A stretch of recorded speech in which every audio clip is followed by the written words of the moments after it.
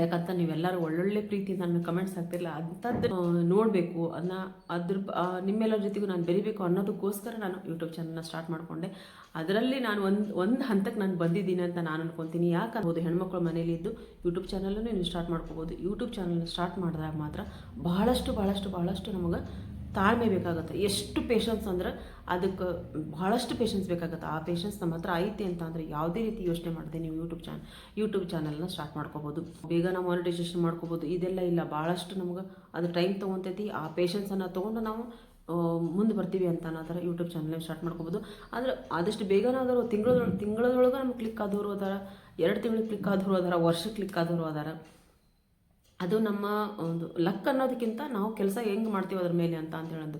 ಇದರೊಳಗೆ ಒಂದು ಟಿಪ್ಸ್, ಈ ಯೂಟ್ಯೂಬಿನ ಬಗ್ಗೆ ನಾನು ಟಿಪ್ಸ್ ಏನು ಕೊಡಬೇಕು ಅಂತ ಅಂದ್ರೆ, ಪ್ರತಿದಿನ ನೀವು ಚಾನಲ್ನ ಸ್ಟಾರ್ಟ್ ಮಾಡಿದ್ರೆ, ಈಗ ಹೊಸ ವರ್ಷಕ್ಕೆ ನಾವೇನಾದರೂ ಚಾನಲ್ನ ಸ್ಟಾರ್ಟ್ ಮಾಡ್ಕೊಂಡು ಹೋಗ್ತೀವಪ್ಪ ಅಂದ್ರೆ ನೀವೇನು ಮಾಡಿರಿ, ಯೂಟ್ಯೂಬ್ ಚಾನಲ್ ಸ್ಟಾರ್ಟ್ ಮಾಡ್ಕೊಂಡ್ರಿ ಅಂದಾಗ ಪ್ರತಿದಿನ 3 ಶಾರ್ಟ್ಸನ್ನು ತಪ್ಪದೇನೆ ಹಾಕಿರಿ.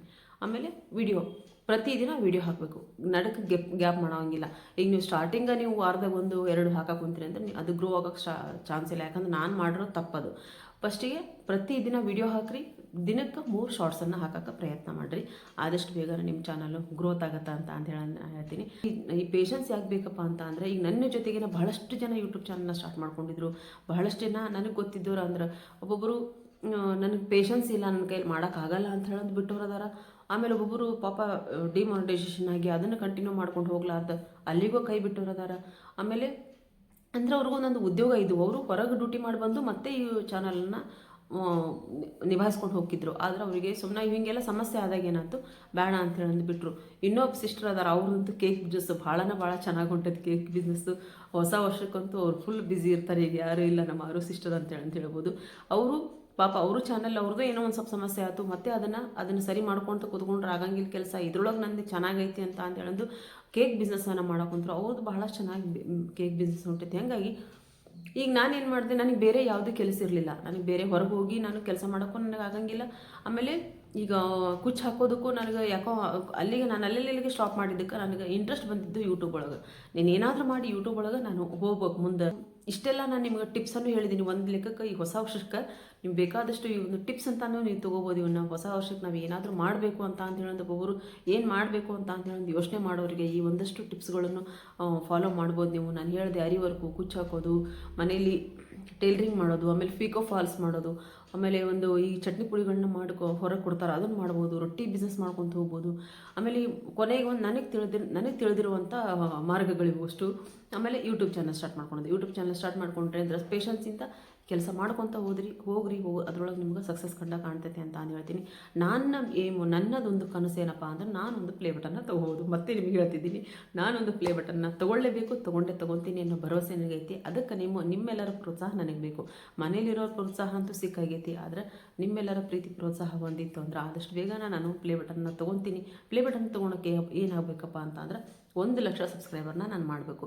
1 ಲಕ್ಷ ಸಬ್ಸ್ಕ್ರೈಬರ್ ಮಾಡ್ಬೇಕಂದ್ರೆ ಇನ್ನೂ ಭಾಳಷ್ಟು ನನ್ನ ಜರ್ನಿ ಭಾಳ ದೊಡ್ಡದೈತಿ.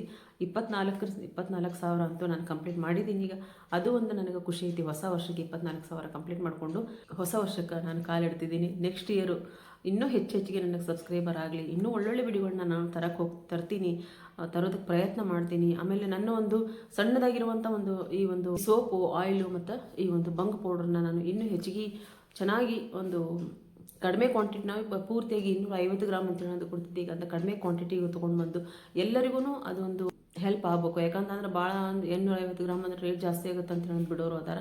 ಅದನ್ನು ಕಡಿಮೆ ಮಾಡಿಕೊಂಡು ಅಷ್ಟೂ ನಾನು ಎಲ್ಲರಿಗೂ ಅದನ್ನು ಕೊಡೋ ಒಂದು ಪ್ರಯತ್ನದೊಳಗೂ ಅದೀನಿ. ಹೊಸ ವರ್ಷಕ್ಕೆ ನನಗೆ ತಿಳಿದಿರುವಂಥ ಒಂದು ಮಾಹಿತಿ ನಿಮಗೆ ಕೊಟ್ಟಿದ್ದೀನಿ ನಾನು.